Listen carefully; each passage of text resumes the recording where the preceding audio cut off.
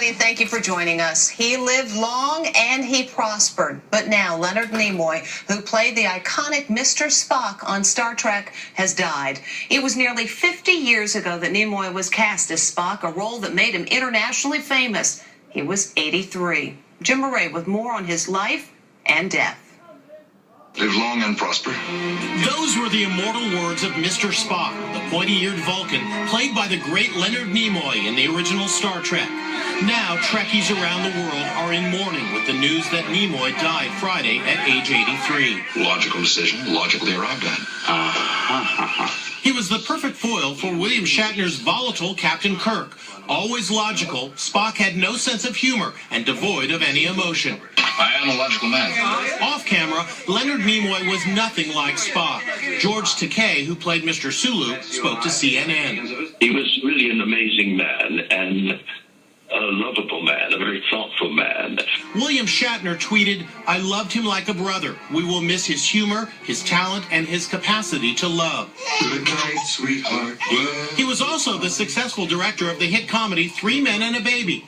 This may be the last interview he ever gave in 2013, telling an extraordinary story about how he came up with the famous Vulcan split-finger salute.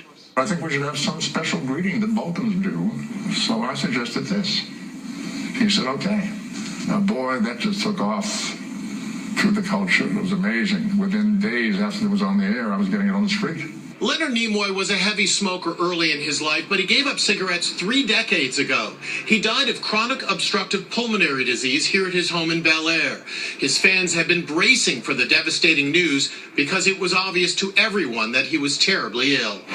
Last year, he was spotted being wheeled through JFK Airport in New York, looking thin and frail.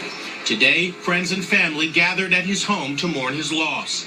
Nimoy wanted his fans to learn from his illness. He once tweeted this heartbreaking message: "I quit smoking 30 years ago. Not soon enough. I have COPD. Grandpa says, quit now. LLAP. LLAP, of course, stands for Live Long and Prosper.